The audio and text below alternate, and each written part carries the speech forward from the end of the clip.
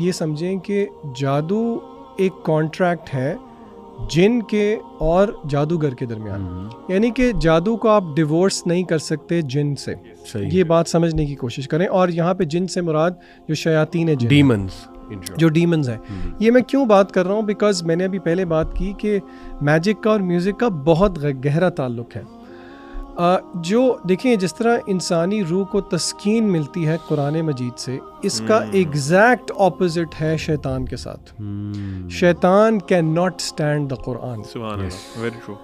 आप यकीन करें कि कटिंग लॉन्ग स्टोरी शॉर्ट, मुझे रुकिया करने का एक मौका मिला और मल्टीपल टाइम्स मैंने रुकिया किया क्योंकि वो मेरा फैमिली का केस ही था। और रुकिया थोड़ा बता भी मैं हमारी ऑडियंस को शायद ना दे दूं, रुकिया कोई ये नहीं होता कि कोई ख़ास चीज़ है। रुकिये का मतलब बेसिकली ये है कि वो आयात या कुरान मजीद का कोई भी पोर्शन आप किसी बंदे के सामने जो कि या तो पोजेस्ड हो या उसको कोई फिज़िकल पेन हो या उसको स्पिरिचुअल मसला हो, यानी कि अल्लाह ने कुरान सूरतुल फातिहा का एक नाम शिफा है, शिफा है। कुरान मजीद को ख़ुद अल्लाह ने जो है वो शिफा से ताबीर किया है कुरान मजीद के अंदर ही। तो उसको रिसाइट करने को रुकिये का एक्ट कहते हैं और वो अल्लाह की इजाज़त से अगला बंदा हील हो जाता है। दिस इज़ व्हाट रुकिया इज़।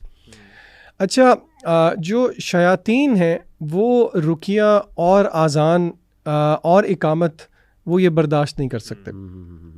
और आप यकीन करें, रुकिया करते हुए मैंने दो चीज़ें बहुत प्रोफाउंड देखी।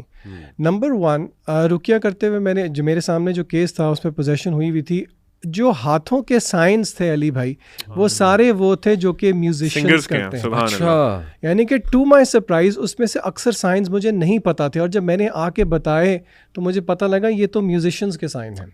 And she was an elderly lady. She was an elderly, जो म्यूजिक शायद वो उस तरह नहीं से वो उनका म्यूजिक से दूर दूर तक का कोई ताल्लुक नहीं था। और आप इस चीज़ से ऑडियंस रिलेट करे, ये रिसेंटली पिछले साल में जो कॉन्सर्ट्स हुए हैं, आपको पता है, जो ज़िया भाई भी बहुत कोट करते हैं, जिसमें ये पूरे उन्होंने सैटेनिक रिचुअल्स किए थे। अच्छा, और दूसरी बात जो मेरे लिए प्रोफाउंड थी वो कुरान मजीद की तासीर थी। आप यकीन करें, शायद सुनने वालों को यकीन ना आए, लेकिन क्योंकि मैंने तो फर्स्ट हैंड एक्सपीरियंस किया है। मैं सूरतुल फातिहा पढ़ता था, मैं आयतल कुर्सी पढ़ता था और मैं सूरह ये फलक और सूरह नास पढ़ता था, आगे से चीखों की आवाज़ें आती थी एज इफ़ आप किसी को आग लगा रहे हैं। यानी कि वहाँ से मुझे अंदाज़ा हुआ कि ये अल्लाह का कलाम है, इसमें क्या तासीर है। और ऑन द कॉन्ट्ररी फिर मुझे शर्म भी आई कि देखो कि ये इसमें इतनी तासीर है कुरान मजीद के अंदर कि अगर ये शैतान को आग लगा सकता है तो ये हमारी रूहों को क्यों तस्कीन नहीं दे सकता।